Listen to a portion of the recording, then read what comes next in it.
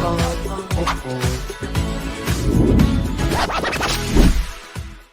hello, hello. This is Dr. Troy. And I'm Ben-Jamin Toy. We're broadcasting from the Cohesion Culture headquarters in beautiful Charleston, South Carolina, where even when it rains, the sun still shines. You're going to hear real-time stories from leaders confessing their most crucial or recent uh-oh experiences in business. Learn what their uh-oh cost them, steps they took to fix it, and how they planned to not do that one again. Welcome, Ryan DuBois. How are you, Ryan? Good. Thanks for having me, guys. Appreciate it. It is awesome to have you a part of our show. I know you and I have gotten together several times. We've talked on the phone. We've shared some leadership information. You do a great job of helping to scale business and to build thriving cultures, which is speaking our love language, especially around our Cohesion Culture program and what we know that needs to happen within organizations. So glad to have you here. You know, we're just going to ask you an opening question to kind of get things flowing. It's what we call our connections before content. And so for you today, I thought it might be kind of fun for you to share an activity or hobby that people would not know that you enjoy. Activity or hobby, okay. Well, I'm very active in running and doing ultra running and endurance sports. So some people know that, some people don't know that, but that's how I stay, keep the mind fresh before I start my day each day, doing something hard.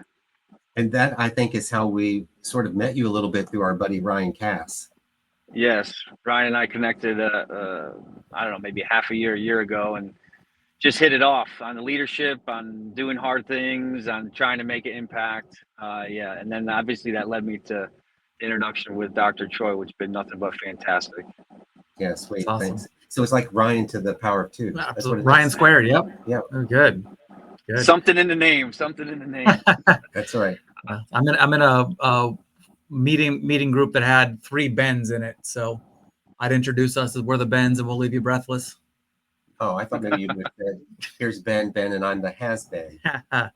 Oh, nice. There we go. Thank you. That was a good one. Yeah, it didn't cost anything for that. No, that not at great. all. There we go. Yeah, it's good.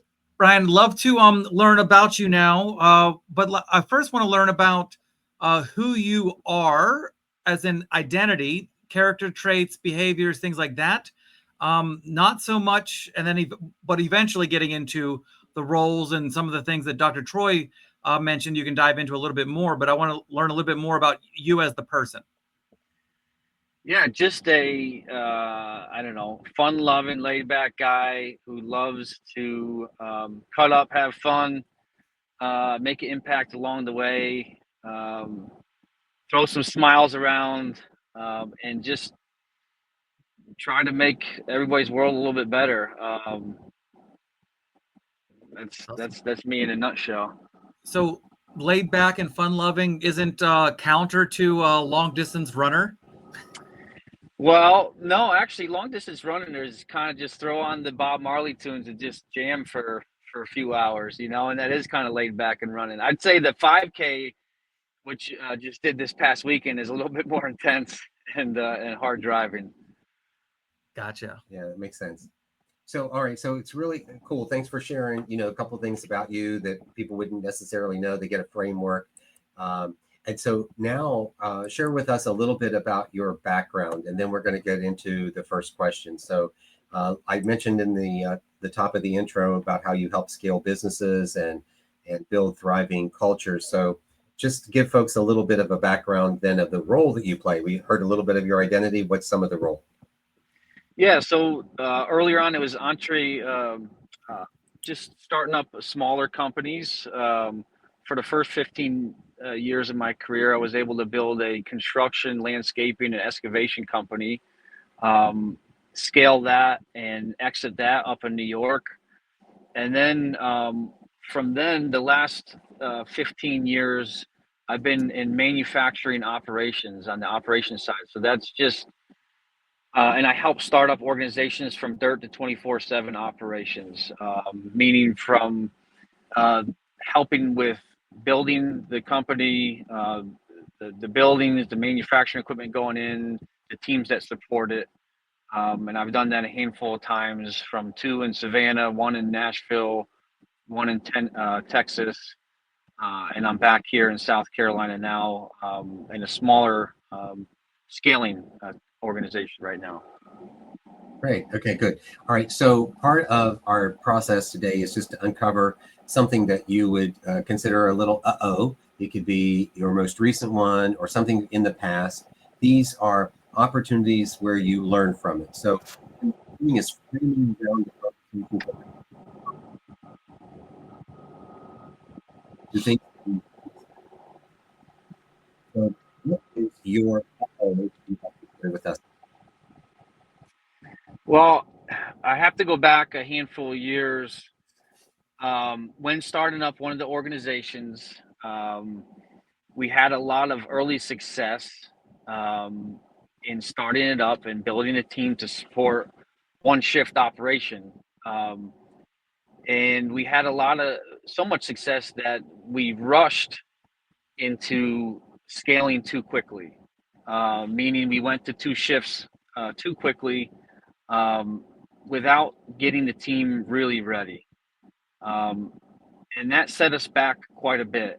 We thought we had the team set and ready to take on more production, go to a second shift, but we weren't really ready.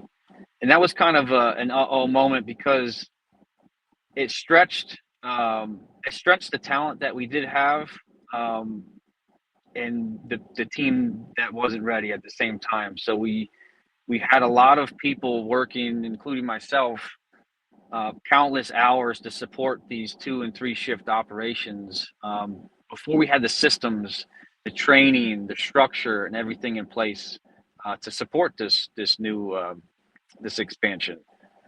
So that was kind of, that was the uh-oh moment where, a few months down the road, we had to scale back production. So once we said we were able to do certain things with production, then we had to scale back and kind of start all over again, retrain, put the systems in place, put in lean manufacturing principles, standard work, the training, roles, responsibilities, and the structure in order to scale back up.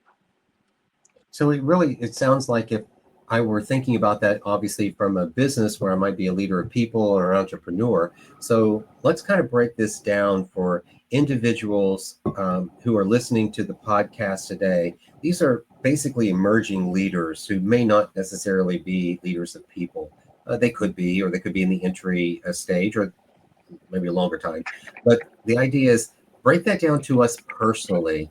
So what was your participation in the uh-oh moment that you had? Because we know that it was that you scaled too quickly, because that's what you said. There were some reasons for that happening, and then you had to backtrack.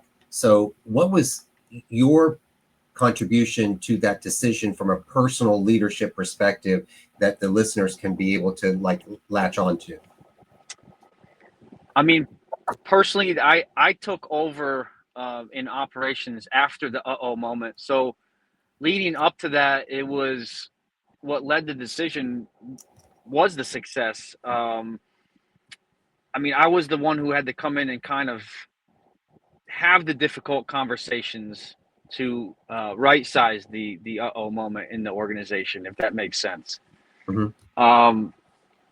And personally, that was just kind of laying out the plan for what that needs to look like to get the company and the organization back to where it needs to be with its people and development of the people. So for you, part of that was possibly, and again, not putting words in your mouth, but just trying to make sense of it. If you went down that path where you were too far ahead, what were the things you missed? What did you miss thinking about that led you to believe that you were too far ahead, too soon? So we missed the impact that it has on the people, really. And that's what kind of led me on my journey to start really focusing on people. Before that, I was pretty successful with driving business performance, optimizing them. But it was a personal cost too. It was a reflection in the mirror, because as I'm pulling 20 hours and I look at my family next to me, it was a personal reflection of like, yeah, you can't, this isn't sustainable for yourself and for others involved in this project. So it was focusing on the people, listening to the people, and taking that and bringing it to the, you know, the executives to make sure that we can implement something that's sustainable long term. So I think that was the turning moment. There was just focusing on the people and getting them where they needed to be. So what was that? So what was that transition like? You said you hadn't taken over yet, or you hadn't been involved. You were just a manager at that time. What was the transition of your level leadership at that to make that happen? So then I stepped into a lead operations role, which gave me, you know, which I assessed the situation. I brought it to the president, and I clearly explained, you know, I put together the metrics, the performance of the shifts, and clearly explained what was going on and how we needed to right size this ship, and the culture, and, you know, just the quality, production, everything across the board. Just slowly deteriorated from the beginning of the shift all the way up into the night shift. So just putting all that together, to then say, you know, have that difficult conversation, be like, hey, we're going to cut production in half. It's only for this amount of time, and here's the plan to get right sized. Again, it was a huge loss. I mean, but in the end, after the next 3 to 6 months, it was a huge gain, because then we rallied the team. We got the culture where it needed to be. We got the production quality and efficiencies where they needed to be after that, in a sustainable model where we were onboarding, we were retaining talent, we were creating energy for a great place to work. And the snowball was just after that, the snowball effect was great. Yeah. What was the impact or the cost to your personal leadership as a result of moving and getting everybody all excited about this and then having to pull back?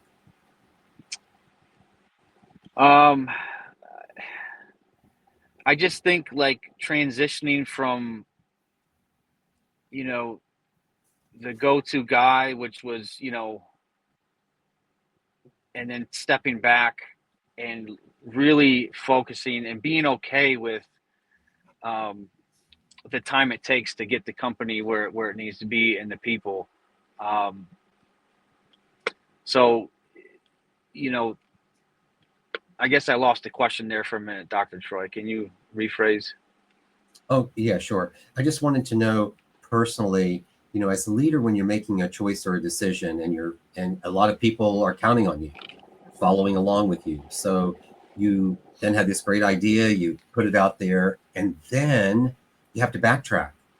Oh, it's not working like we thought it was. There would be a personal cost to you in that realm of leadership. Did that like, what was that, and how did that occur for you? That's what I was thinking about. I think the only loss that I had was probably with the executive group. I gained a lot of rapport and respect from the team that I was serving, because I was sticking up for them, and I was sticking up for what we had to go after and reasonable ways and means to go about doing it.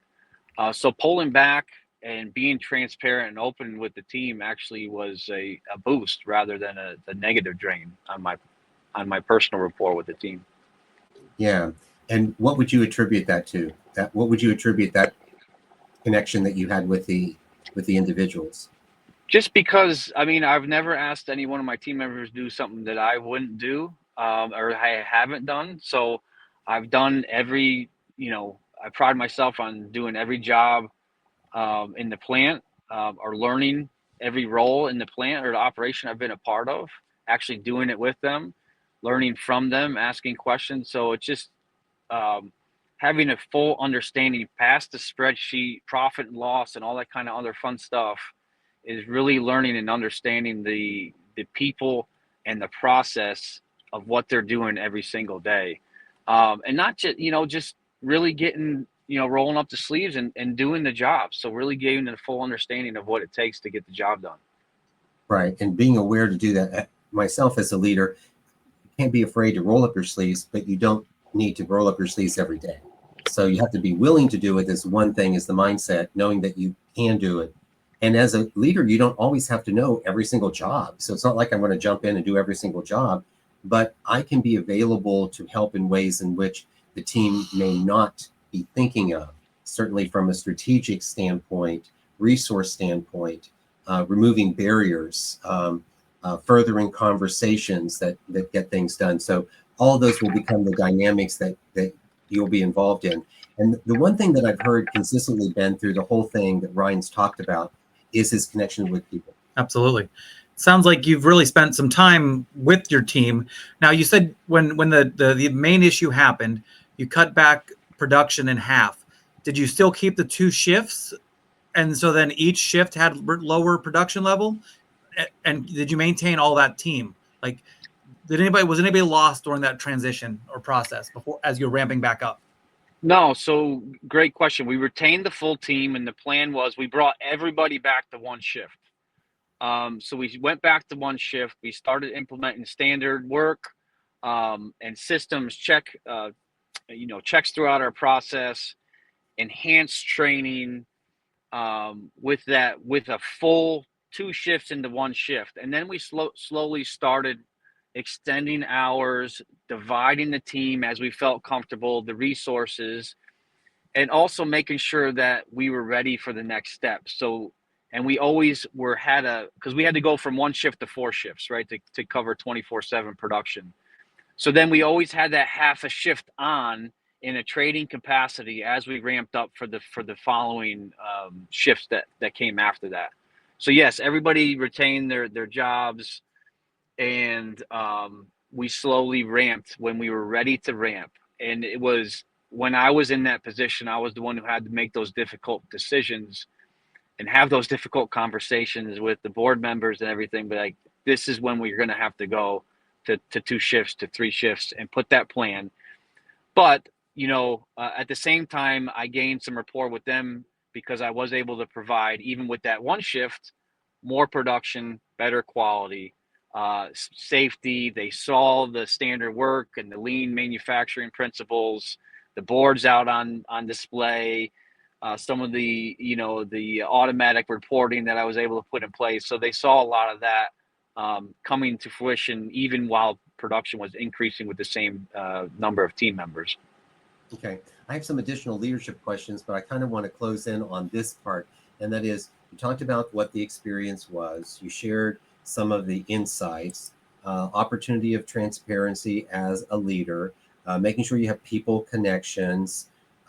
Sometimes it can have a little bit of a reputation impact to you. And as you said, maybe to the executives or the board, it had a little more of a negative impact, but to the employees, it wasn't quite so negative. What steps have you taken to make sure that you don't find yourself in this situation again?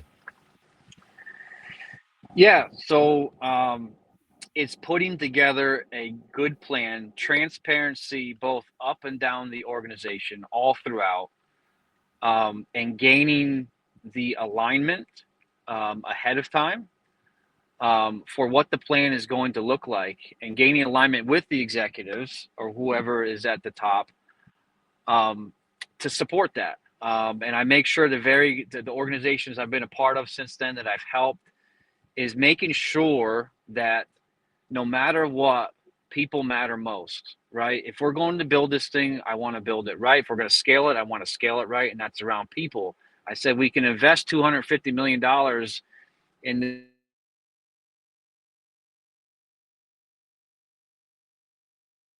Okay, so Ryan cut out a little bit there.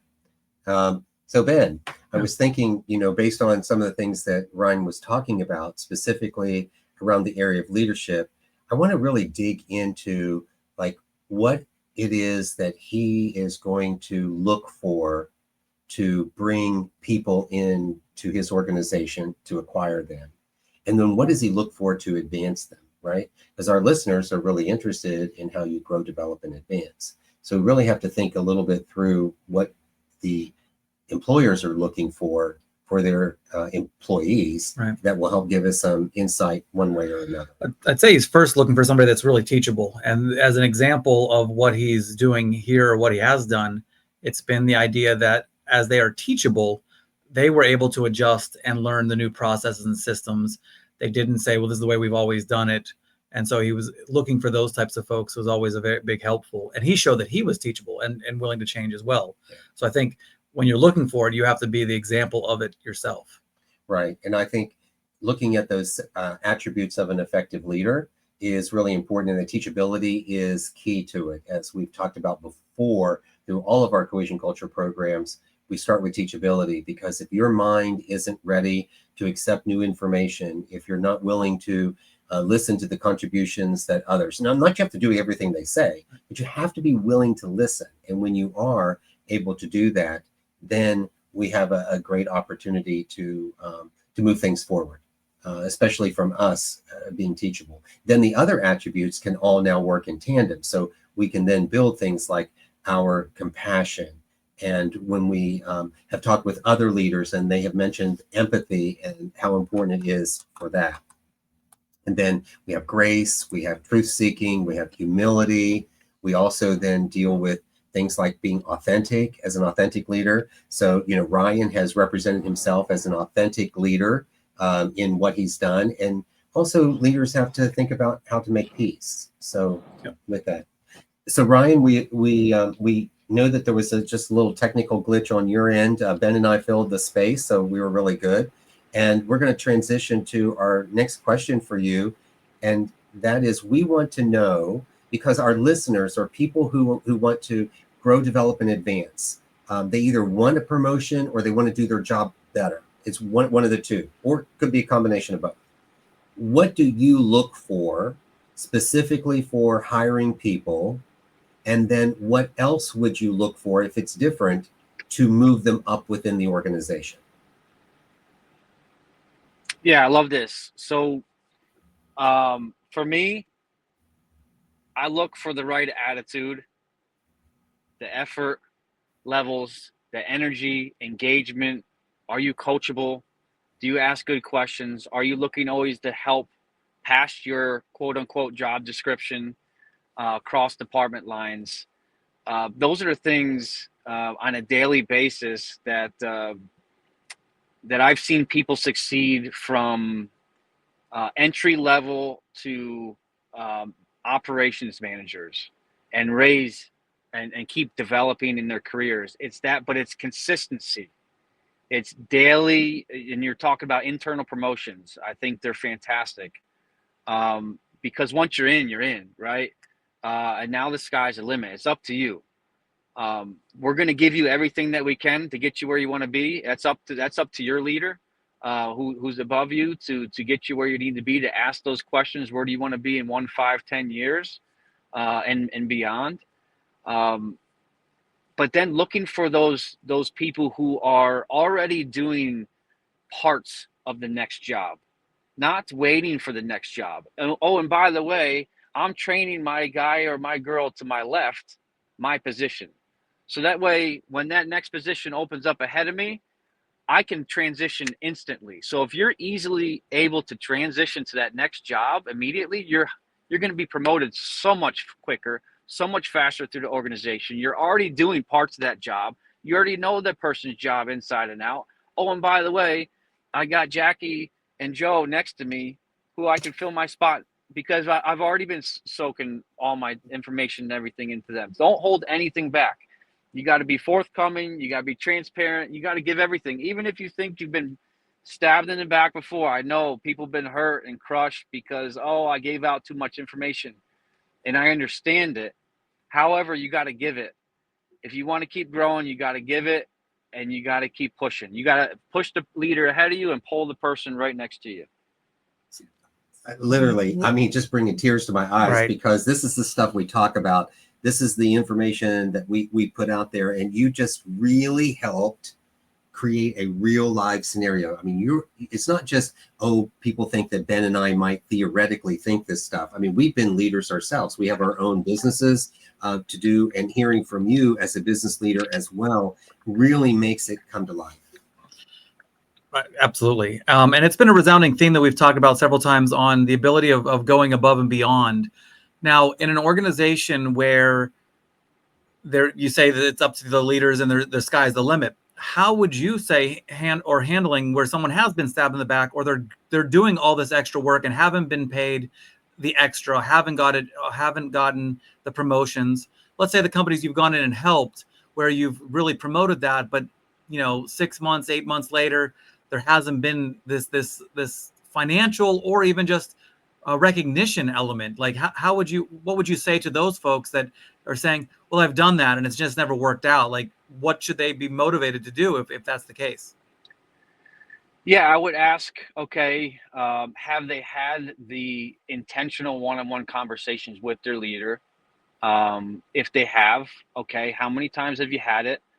Has it been received? Has there been any follow-up with them? If there hasn't, okay, then I would encourage elevating the discussion past them, because maybe they are holding you back, right? It happens, right? It happens all the time. And I'd be respectful about it and say, listen, I'm not getting anywhere if I don't see some things, and be clear. If I don't see some things, I'd like to have a discussion with, the next level leader, because I feel as though I'm doing X, Y, and Z, and I'm ready. I'm ready for that next position. And then if they've went through a few of these different scenarios of trying to make it known and being direct, don't do the side channels and all this kind of stuff and gossip, and because that's just going to destroy your opportunities there. But if you went through the proper channels, you've had those intentional one-on-ones, then I would take a step back and start to really take an examination of the organization and the leaders that you're working for, right? Is this a culture that you want to be a part of? Because guess what? I mean, it happens every day. You guys, if you guys could be in part of every organization, it'd be fantastic. Everybody would love what they do. They'd be happy going to work. They'd be keep getting promoted, and moving. But it doesn't happen every day. Sometimes we're not in the right room, and we need to take a step back and understand when we are not in the right room. We didn't enter the right door, and we need to start looking. That's when we start looking outside the organization for other opportunities. I mean, exhaust all options and then start picking up the phone and start seeing what else is out there, because you deserve better than how you're being treated. And you only get one shot at this thing we call life. There's no amount of time. I mean, I've been miserable working before, and I don't want anybody to be miserable working, right? It's not what we're meant to do. We're meant to socialize, interact with people, have a good time, and not be miserable. Life's too short to be miserable. We should enjoy what we do. Some people will find passion in everything in the things that we do. Other people find passion in things they do outside of work, but the works is the means to enjoy that passion, right? So the long story there is just find that passion, and sometimes you're not in the right room. Yeah, and having access to either people, mentors, accountability partners, coaches, whatever, will make a huge difference. And so one of the things that you just now articulated is something that we have included within our program called Becoming a Cohesive Leader. So we launched a book that has done very well in the marketplace. And along with it is an AI-powered book bot called Carl, the Cohesive Artificial Response Leader. And we posed that question to Carl: how do I approach my boss for a promotion? And Carl very quickly creates a little action plan of 7 items that you can do as an individual to prepare yourself for that conversation that you want to have with your boss, which I think is really awesome, because without you even knowing what we wrote about, here we are now congruently agreeing on the process and the information. Just a few things here would be, plant the seeds of interest. If you want to ask for a promotion, like you said, you're teaching Jackie and Joe, I think were the names you used as your examples of the person, to one side of you. You're actually creating that process of, oh, what would it look like if I advance and can move forward? And to begin thinking about what the need for me to move forward. It's one thing to simply say, hey, I want to move forward. But if there's no need in the organization to move forward, you're not going to be able to speak into the need. So if you can understand the need and the future direction for the organization, it can be really, really helpful. And you want to avoid a surprise conversation with your boss about it. I mean, I look at surprises like this. There are only 2 times that people want surprises in their life, and one involves a cake, the other involves a ring. So look at that. So that's really the process. And then there's a lot more that Carl has to say about that particular topic. But I just love the fact that there's congruency in the way we're thinking. So what you have shared with us today is so in tune with what we have written about, what we are presenting to these individuals who are looking to grow, develop, and advance their career, either through the book, through the podcast, through our community, through our academy. Really awesome. You've been really, really awesome guest today, Ryan. We can't thank you enough for the words that you shared. No, I appreciate your guys' time, and I love what you guys are doing. I've actually tested Carl out a few times. It's fantastic. I wrote to Dr. Troy about it. My son was looking to do some things at work, and I tested it out. It was great. It was very insightful.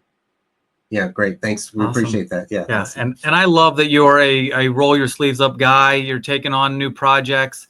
And I can say, when I work beside some of my teammates and I'm there sweating beside them and all that, it allows me to have the conversation of where maybe my words aren't empathetic sometimes, but they know that I'm with them in the fight. And again, it's not every day that I'm doing that. So I just want to applaud you for going there. And it's really easy to help culture when you're part of it and you know what their struggles are. So, yeah. So Ryan, one of the things we wanted to know from you is, what is a question you thought we would ask today that we didn't? Oh, geez. Man, I don't know. What's one thing? Oh, geez. Now you're going to get me to answer that question too after I ask it, right? See how smart he is. What's one thing that you would give advice to on the growing and emerging leader? Yeah, so good. So that's the question. Go for it. That's the question. No, I think we tapped on a few things here today. So, like, if you want to grow, continuously grow, again, it's the consistency. It's showing up every day, and really, it's all about people. It's all about the people. I don't care what you're doing out there. I don't care what you're making. I don't care what kind of work that you do. Guess what? You're in the people business. We're all in the people business. AI or whatever, throw it away. That's fine. It's going to do great things. Carl's going to do awesome things, but we're in the people business. Carl's just an assistant, right, to try to help the people business. Yes. Okay, which is awesome. So we can utilize AI to help the people business. But focus on the people. Have intentional conversations. Be helpful. Ask the questions a lot. How can I help? Dive in deeper to general conversations. Get past surface level conversations in the workplace, because that will unlock doors for you. Meaning, like, hey, how are you doing, Dr. Troy? Oh, yeah, I'm good. But through body language and everything, how somebody's really doing. So ask another engaging question, a clarifying question. You want better answers from your team and the people that you work with and serve. You got to ask better questions. So dive in deep, get past the surface, and unlock the beauty of what people have and help them continuously improve right by your side. And before too long, you'll be making an impact and leaving a legacy behind you. Right. Sounds like what you're asking people to do is to be engaged, which is through our idea, through culture, through the infusing cohesion into the culture around those 3 strategic elements of cohesion, which would be inclusion, meaningful work, and collaboration, is that you would want them to be helpful, meaning that they're going to assist other people without being told. You want them to be active so that they can be problem solvers, figuring things out ahead of time. Not just presenting the problem, but presenting the problem and maybe a potential solution. To be focused on vision, which is their vested interest in themselves and in the company and where the company is going. And then lastly, to be eager to learn, grow, and develop, and to give yourself permission. Ben, you say this all the time. It's give yourself permission to learn or do something without waiting for someone to line it up for you. Yeah. That's one thing that I've just never understood by my nature. And I realize that that's something that has to be conveyed to the younger workforce, that they sometimes grew up in a mindset or a schooling and of we can only do what we're told to do. And in work to excel, it's you don't, I'm giving you permission. If you need it, I'm giving it to you. But work harder, or work smarter, learn, educate yourself outside of schooling if you need to. Just go do it, because do the extra effort and you'll see incredible results. If nothing else, you'll just feel better about what you've done with the work you produced. Yeah. And be better prepared, because you almost have to sometimes do it for yourself, and then it can work for others. That's why the transformative principle is so important in the cohesion conversation, because transformation begins when you focus on the needs of others first and then self. So it's not a martyrism. It's not a self-sacrifice. It is actually putting people in the right order. So focusing on that. So awesome. Super. Ryan, thank you so much for being a part of our podcast today. We're going to close out with a message that we leave all of our listeners and the people who participate in our Cohesion Culture programs, and that is, you don't have to know everything. You just need to be teachable. See you on the other side.